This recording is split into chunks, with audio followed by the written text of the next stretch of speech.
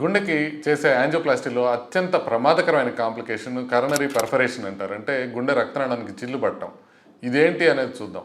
గుండెకి ఏంటంటే బాగా థిన్ బ్లడ్ వెజల్స్ ఉంటాయి. వీటిని కరోనరీ ఆర్టరీస్ అంటారనమాట. యాంజియోప్లాస్టీ చేసేటప్పుడు దాని లోపల వైర్లు పంపించడం, దాని లోపల బెలూన్స్ పంపించడం, దాని లోపల స్టెంట్స్ వేయటం జరుగుతూ ఉంటుంది.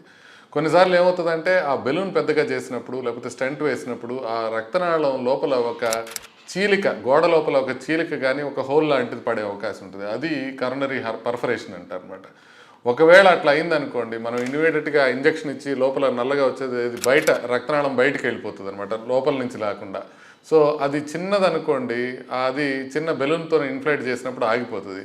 పెద్దదనుకోండి, ఆ బ్లడ్ ఏమవుతుందంటే గుండె చుట్టూ కలెక్ట్ అయిపోయి అప్పుడు కార్డియాక్ ట్యాంపనేడ్ అనేది ఒకటి వస్తుంది. అంటే గుండె చుట్టూతో కనుక బ్లడ్ కలెక్ట్ అయిపోయింది అని అంటే గుండె కొట్టుకోవడం ఆగిపోతుంది. అది చాలా ప్రమాదకరమైన విషయం అనమాట.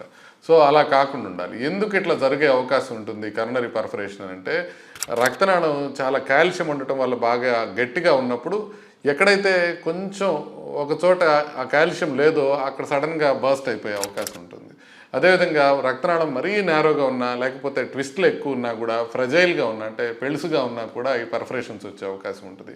కొన్నిసార్లు ఏంటంటే స్టిఫర్ వైర్లు, కొంచెం బాగా గుణపం లాంటి వైర్లు వాడతాం అనమాట. ఆ క్రానిక్ టోటల్ అక్లూషన్స్ అంటారు. అలాంటి వాటికి బాగా స్టిఫ్ వైర్స్ వాడటం కానివ్వండి, బెలూన్స్ హై ప్రెషర్స్ చేయటం కానివ్వండి, దీనివలన అయ్యే అవకాశం ఉంటుంది.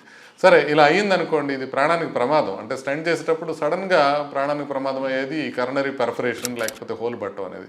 మరి ఇది ఎందుకు అప్పుడు ఎలా మేనేజ్ చేస్తారు అని అంటే, ప్రొసీజర్ ఇమీడియట్గా ఆపేసి దానికి దగ్గర ఒక బెలూన్ ఇన్ఫ్లేట్ చేసి పెడతారు, అందుకని బ్లడ్ బయటకు పోకుండా ఉండటానికి.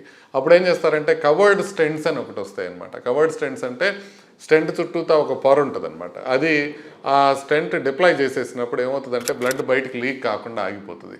ఫ్లూయిడ్ కనుక గుండె చుట్టూతో ఏర్పడితే అది ఒకసారి నీడిల్ పెట్టి ఆ ఫ్లూయిడ్ తీసేస్తారు. ఎంత సీరియస్ అంటే బాగా సీరియస్, ప్రమాదకరమైంది. ఎంతమందిలో వస్తుందంటే బాగా రేర్గా వస్తుంది కాంప్లికేషన్స్. 1% కన్నా తక్కువ మందిలో వస్తాయి. సో కానీ కొత్తగా వచ్చే అన్ని ల్యాబ్స్లోనూ వీటిని వచ్చినా కూడా ఏ విధంగా దాన్ని ట్రీట్ చేయాలి అనేది అందరి దగ్గర రెడీగా ఉంటాయి. అంటే చాలా మేజర్ క్యాత్ ల్యాబ్స్ అన్నింటిలో ఆ కవర్డ్ స్టెంట్స్ కానీ అవన్నీ రెడీగా ఉంటాయి.